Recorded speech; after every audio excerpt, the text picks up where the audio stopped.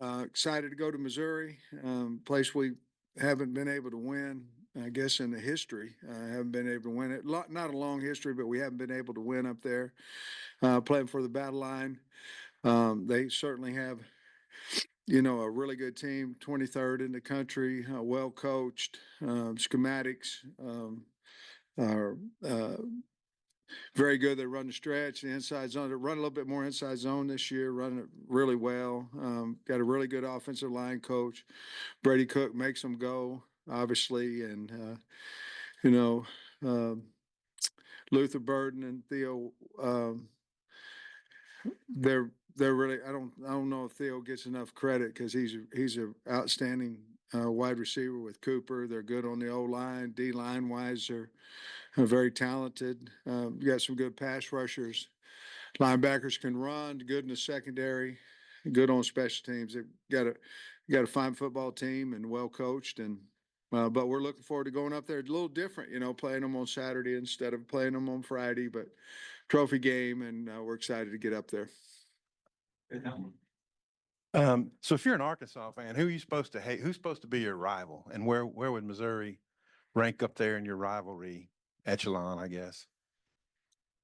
Well, I think Missouri is right up there at the top of rivals for us. I think if you ask our team, I think obviously we have several trophy games, and one of them just went out. But I would think Missouri would be one, Texas certainly would be one, LSU would be one, but I think Missouri ranks up there at the top. Um, Forcing turnovers. You guys had, I think, 5 defensive touchdowns last year, and not as many. Yeah, I think we led the country in defensive touchdowns. So is getting them? Is it more of a random thing? But because this same defensive coordinator, a lot of the same players, is it random or is there some skill to getting them? Well, I think obviously you're trying to rip the ball out. You're trying to intercept them and take them back. We just haven't had a lot. We haven't had a lot of takeaways this year. If they do, a lot of times they come in spurts in one game. We haven't been consistent with that, and those are certainly things we're working on. But to answer your question, I think I think they happen. You force them to happen with hard hits, like what happened to us on Saturday. But we've got to get better at that. I do think we're swarming the ball better the last couple of weeks than we have since the Tennessee game, and so I think they'll come. I was wondering how much you push that that idea that Arkansas has never won in Columbia. I think 0-6 all time. Do you talk about that a lot with the players, or is it just focusing on this year? I think that's part of it. On Monday you have a presentation of their football team, and I think that certainly is part of it. Anything that you think can be a little bit more of a motivator, which they shouldn't need anything else. We're playing for a trophy. We're playing Missouri. They're a rival game for us. They beat us they beat hell out of us last year. That should motivate us. The problem is a lot of the kids that are on the team and playing weren't here last year too. So you have to find different ways to motivate. That's my job. Instead of just going, well, it's Missouri, it's a rival. So yes, to answer your question, I think that's part of it. And you talked a little bit about Brady, but what are your thoughts on him as a quarterback? What makes him go? Obviously, he's a veteran for him. I think leadership and his competitiveness and the team. I forget what game it was. I think it was Auburn when he was hurt and then came back, and you could just see the team, and so I think his leadership skill, he's a really good player. But I think what he brings to the team with his legs, his arm, and his leadership is what, he's won a lot of games as a starting quarterback at Missouri. So certainly having him back for Missouri puts a lot more on his ability to run. We have to watch that, and of course he throws the deep ball and play action about as good as anybody. Before the season, you and Coach Petrino talked a lot about how it seemed like Talon just needed to improve a lot in technique and fundamentals and getting over the top more. Do you feel like he's done that now that we're, in the last week of the season? I do. I think Talon is improving and doing a good job for us. And there's every quarterback in the country is going to miss a wide open throw every now and then. But I think he's improving on us, and I'm glad he's our quarterback. We've talked a lot about protection with him this year. Just how much of, when he has had struggles, how much of that is protection? And then when he's done well, how much of it has been overcoming protection issues? Well, he can make plays. I mean, getting outside the pocket. I think the Auburn game comes to my mind. When he's running to the left and threw it 65 or so to Satana. And he can, he's valuable with his feet once he gets out there. But I think any quarterback in the country, if he's protected well, even Saturday, I think Talon got a little jittery back there on a 3-man rush. He didn't need to. But those are things I think as he continues to play, he'll get better at. But to answer your question, I think I don't think there's any quarterback can play well under duress all the time, including NFL quarterbacks. So I think he's handled it pretty well. I think Nico might have shared on social media that he had surgery. Can you just provide an update on Nico Davier? Yeah, he's got a cartilage, and we don't know if it's, they can never tell you whether it's repairable or whether they trim it. Obviously, as a new wave, they're repairing more cartilages than what they used to. Obviously, if they're able to do that. So we won't really know. He's going to have his surgery this afternoon, and we really won't know whether it's a trim, which could get him back for the bowl game, or it's a repair, which is about a 5-month full recovery. It seems like you guys are getting some really good play from the linebacker group. I'm just wondering, how vital is that too? You only play 2 at a time in that 3-2-6. How big have those guys been in your ability to play that formation? Yeah, huge, and it's all of them. Obviously we haven't had Switzer, but he'll be back this week. But with Dix and Sorey and Spence, and of course young Shaw now, those are guys that I think a lot of people would like to have. We're happy that we have them. They're playing better. The one that really sticks out is Spence. I think Spence is really, really, he's proven to be a good pass rusher. Got a couple sacks the last 2 games. But that room right there, when the portal opened last year and, the world was coming to an end, we went out and got us some pretty good players in there and kept, obviously recruited Shaw, but was able to keep Spence, and I like that room. We need to keep them all, all 4 of them. We need to get them back next year, and so we'll go to work on that pretty soon. Have they? I mean, like you guys were impressed with them in fall camp, but have they that group, that position, even exceeded your expectations? I think anytime you really don't know what you have, you've seen them play. Sorey had limited action over at Georgia, and Dix, obviously he played a little bit more. But when you really don't know, Switzer's same way. Are you going to move him from safety to linebacker? When you really don't know what you have, and you're just looking at them in the weight room and they're running in the off season, you get excited because their athletic ability. Are they physical? Can they learn? Are they going to make a lot of mistakes? Are they not? Are they leaders? Because that group has to be. They probably have exceeded what even I thought they would be. Staying on the defense, that 3-2-6, y'all used it quite a bit on Saturday. Was that because of low numbers at defensive end, or was it also just the schematics of Louisiana Tech, or kind of what went into that decision? Yeah, probably a little bit of combination. To be honest with you, the other thing is we can't let guys behind us, and so that was a thought in it as well. Can we get to the edge fast enough to help the 3 down linemen? We felt like they were going to try to run on the edge on us. Can we get there enough? Which, if you're in that formation, you don't want them to run up the middle. You want them to run on the edge. That we felt like that's where they would try to do the most damage to us. So that part of the schematics off of what they do was part of the reason as well. A bit of a random question, but I noticed the last couple of weeks that Kobe Branham has gotten in there Yeah. as y'all's sixth offensive lineman. Just what has he done to get on the field this year, late this year, and where do you envision him kind of fitting in on the offensive line moving forward? Well, first of all, for him to get out there as a freshman and in key situation, you're looking at goal line, basically what he's playing right now, is a huge compliment to him. I fully expect that he battles for a starting position in spring ball. I do. I think he's special. I think he's well coached in high school, but he's just a special kid, and I expect him to battle in there at one of those guard spots this spring. But to answer your question, it's just because of his performance in practice. You mentioned the two Missouri receivers. They've got a pair of running backs too that seem to be having a great Yeah. season. How important is it for them, their running game, to what they do overall? I think it's what they do. I mean, I think they're for years they've been a great stretch team, and they still are. And you can tell when times get hard for them, or they want to run the clock out, or whatever, they will run that stretch, and their specific plays off of it. I've just noticed this year that they're a lot better inside zone team. I mean, they're able to do both, which makes them a little harder to prepare for.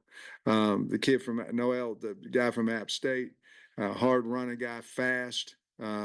Again, can really read what he needs to read.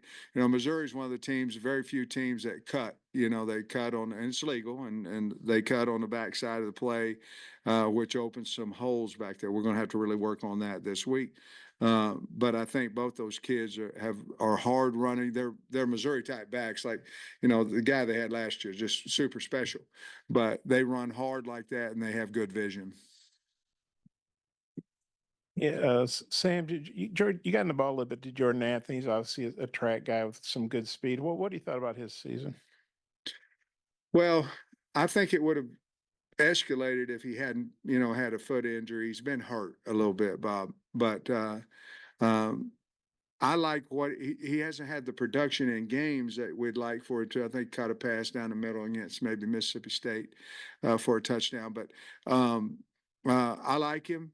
It's difficult because he's a world. I mean, he's fast, and he's going to help our track team too. So when we recruited him, it was, you can do track in the spring, help us in football when you can, and so for him to get a lot of spring ball and all that with how successful he can be in track, and he likes track, it's been a little bit difficult. So we'll have to figure that out this spring. But I do like the ability that he's had to catch. I think he's grown in his catching, and so I like him. I think he's got a bright future here. You're going for your third SEC road win. I should have looked it up. I don't. Arkansas has not done that very often, because you've already won it at Mississippi State and at Auburn, and you gave Oklahoma State a tough game. Obviously, what do you think is the key to you guys playing pretty well on the road? And is that something you can kind of harp on with the guys this week?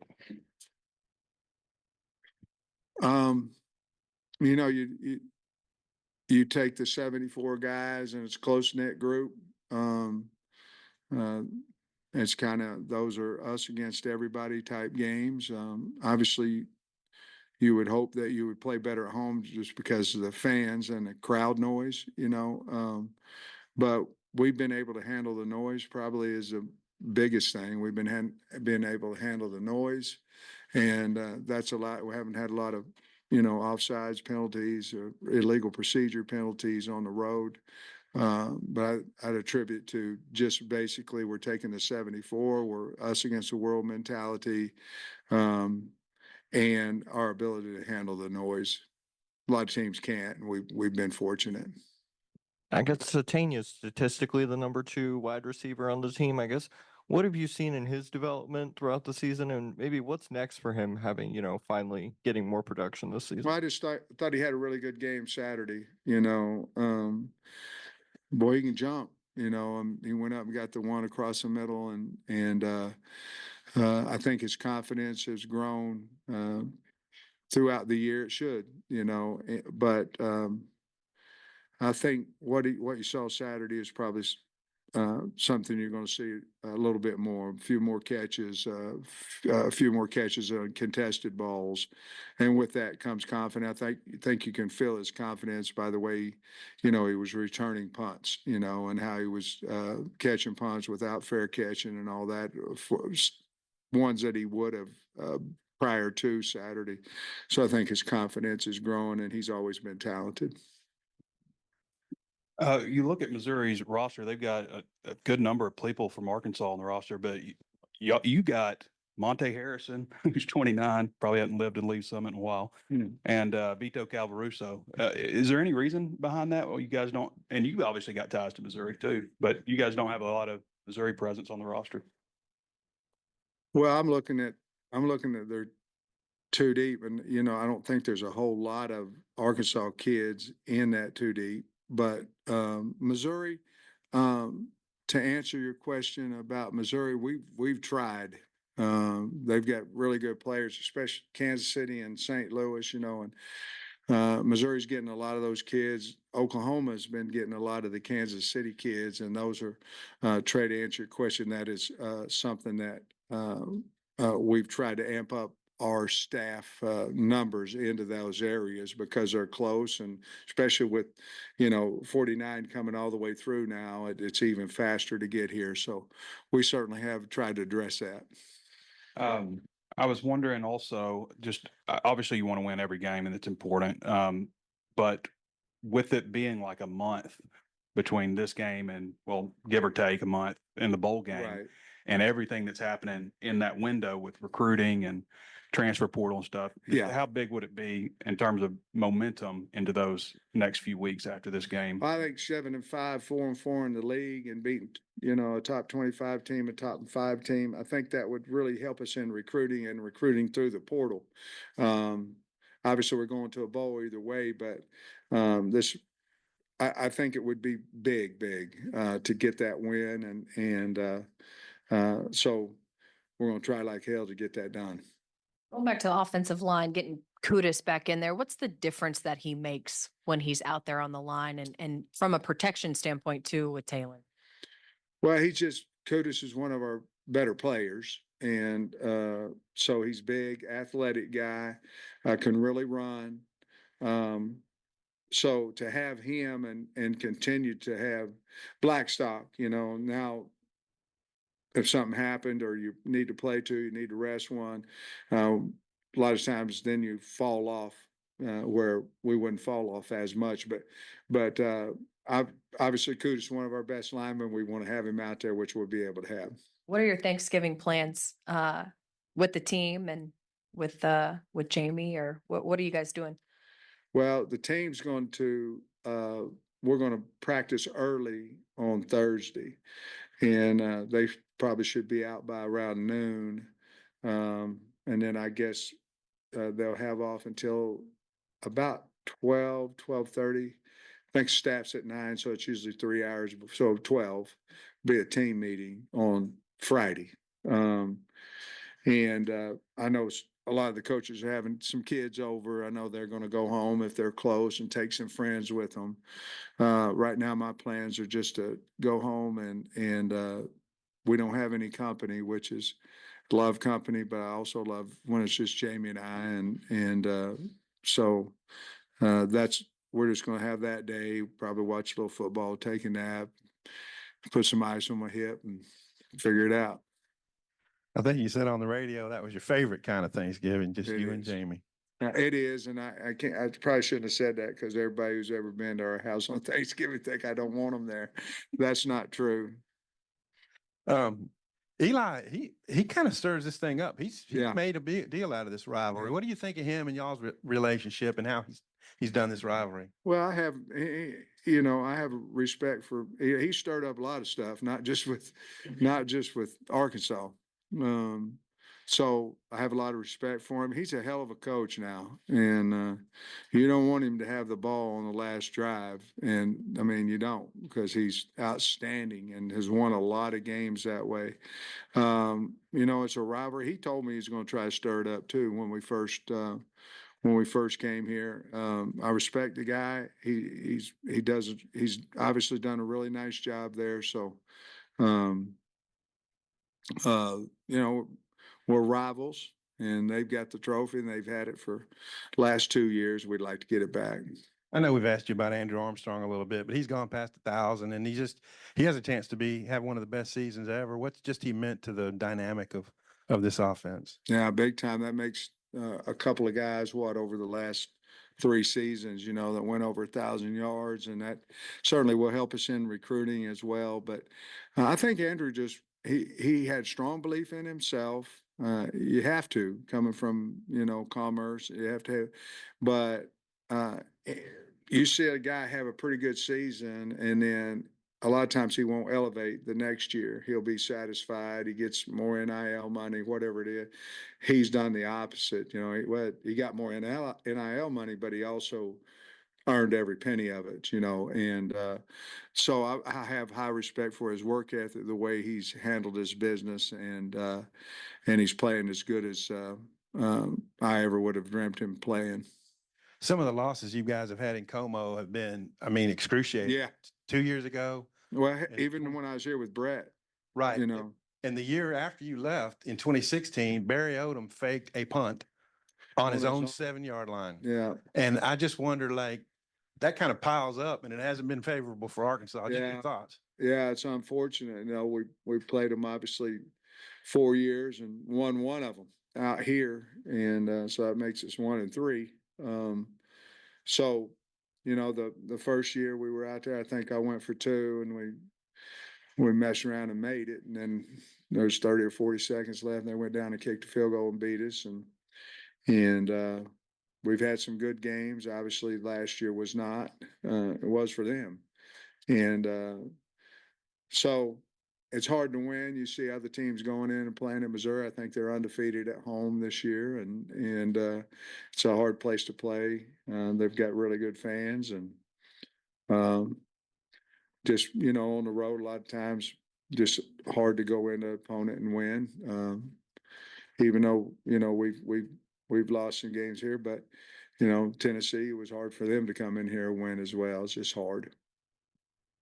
You mentioned a lot of new players not here last year for the game against Missouri, but the coaching staff, especially on the defensive side of the ball, all here. Do you sense maybe a little extra motivation from those guys based off what happened in this matchup? We've motivated. I've done good I can motivating, and they're gonna get tired of me by the time the week's end. But we can't have that kind of performance again.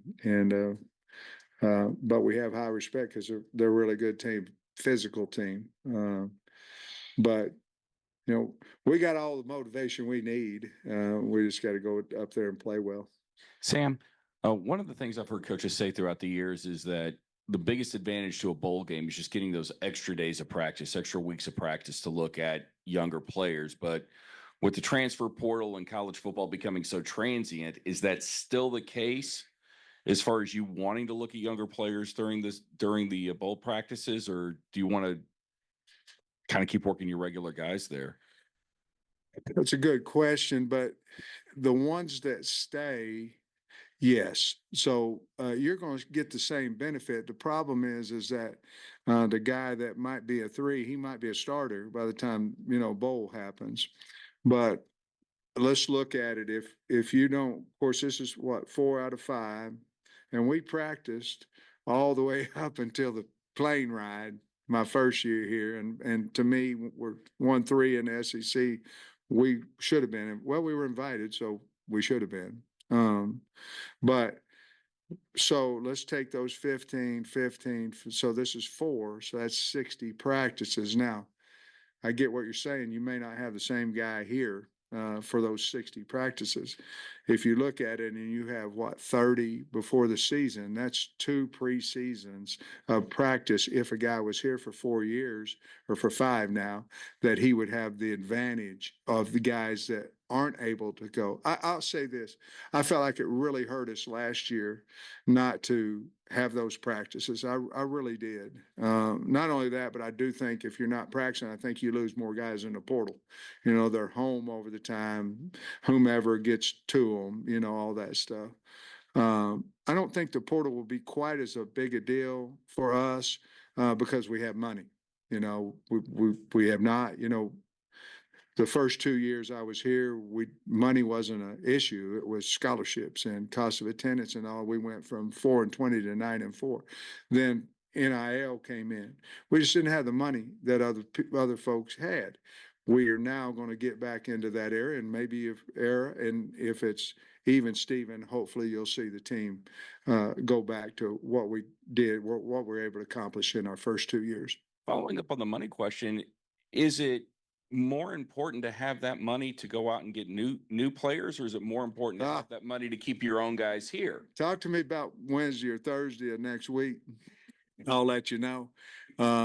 But obviously, you have a core group of guys that our record 6-5, so it's not what everybody wants and all that, including me. But we do have a good core group of players that we need to return. And so we've got to do that first. And then you look in your pool and you say, okay, how much I got? Well, I need this many, this position. I need this many, this position. I need, and then you kind of look at it and you say, in the past, if we got 100,000, somebody else got 300,000, we're done. We're out of it. I don't care what people say. You can't talk a guy because he likes you in a $200,000 transition. By the way, if any of you guys got $200,000 more, you'd be gone too. And so now we have it. So let's see what we can do with it. Yeah, Sam, I think I got this right from the notes that you guys had 55 newcomers. I know everybody's got a lot of newcomers, but I think that was like tied for the FBC lead or something like that. You counting walk-ons too, or no, Bob? Okay, Kyle, it was Kyle's notes. But just how do you think that's obviously a lot of turnover? How do you think all that's worked with the returnees and the new guys and all that? It's hard, but everybody has to deal with it, not everybody. I mean, that number is probably higher than a lot and lower than some, but it's difficult because you're trying to get the right person in. You're not only trying to get the right athlete, the right position player, you're trying to get probably more important than any of it, you're trying to get the most right person in because, bad apple can affect your work area. It can affect ours. So you're looking for people, obviously talented people, but you got to get the right people that'll fit the culture, are willing to work. What makes Columbia, I think Trey asked this earlier, but what makes Columbia such a difficult place to play? I wish I knew that. We'd have a couple more wins, I think Eli's done a great job of cultivating the fans. It's when we play them, it's usually cold, which they're probably a little bit more used to that than we are. I don't know exactly. We've been playing on Friday. Maybe they did a better job of preparing their team than we have. But it's always been up there. It seems to me like it's been a close game, and something happened like 2 years ago. We went up there and I kicked a field goal to put it within a 1-score game, and we never got the ball back. And hindsight, you probably should have went for it. From the 5 or whatever it was at the time, and so they're always close games, and we just got to figure out a way to win it. One more, just Freddie Cook. What's the difficult kind of nature of containing a guy like that? Athletic, can throw, knows the offense probably as good as his coach does. He's a winner, and those guys are scary. I mean, he's a winner, and like I said, you could just feel it through the TV when he came back for the Auburn game. Made it certainly a big difference in that game. I was wondering with the revenue sharing also, but just as far as the NIL side of things go, do you think you'll have more in that regard too? I don't, but I think we can combine it. In other words, I think we can go a year contract over where we're at NIL with where we're going to be revenue sharing, combine it for a year's time. Possibly pay the kids like the NFL does, something percentile, OTAs, weightlifting bonus, all that. Not that we would do it. I'm saying like the NFL does it, and then pay them more during the season.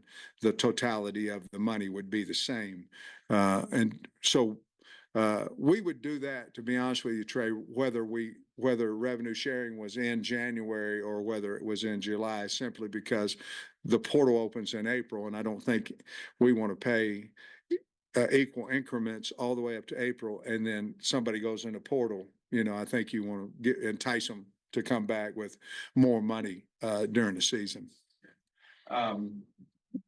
You guys would have more money, everybody else would too. Do you think that would, and you kind of mentioned that, maybe you wouldn't have lost some of the guys you lost last year if you'd had more money. Do you think that'll impact the volume of talent in the portal with other teams being able to maybe keep guys that they might have lost? Yeah, I feel really sorry for, I do, for non-Power 4 teams or some of the Power 4 teams that, well, mostly not, or other conference Power 4 teams that have really good players and not be able to afford to keep them. And I don't want to say this, Trey, like every kid's out there looking for the almighty dollar. That's not the case. But if the dollar differential is huge, then your chances of keeping somebody aren't very good. And most of the time they know that dollar and know the amount before they ever come see me. They've already figured it out through whatever channels that happen. Yeah, you talked about Kobe Branham and Bradley Shaw a little bit today. We saw Charlie Collins cave in a guy the other night. I'm just wondering the up and comers that might have bigger roles next year like those guys. Davion Henderson would be another one that just pops out. I think he's going to be a really good player. I like Jaden Allen. I like Selman Bridgers, our two freshman corners. Now, Jaden, he's going to practice today. So, he's back from that cartilage repair. Offensively, let's see. Of course, KJ Jackson, we're very, very high on him. The wide receiver group there. Cross, I think he's got a lot of talent as a young player. CJ Brown will keep coming on. Trying to think off the top of my head. Braylon would probably maybe. Oh, Braylon, I'm sorry. Braylon would certainly be a guy that we want to build the future around. So, yeah. You good with the Saturday game? You think it's going to be neat to try a new day or what? Yeah, the Friday one ain't working, so we'll try to switch it. BetOnline is the world's most trusted betting platform and your number one source for online betting. From the earliest odds to in-game live betting, BetOnline provides you with all the action and the ability to watch the games as they happen. With the largest selection of odds on everything from football, NBA, and college basketball, NHL to UFC and MMA. Head to BetOnline today to get in on the action with America's most trusted site for online wagering. BetOnline, the game starts here.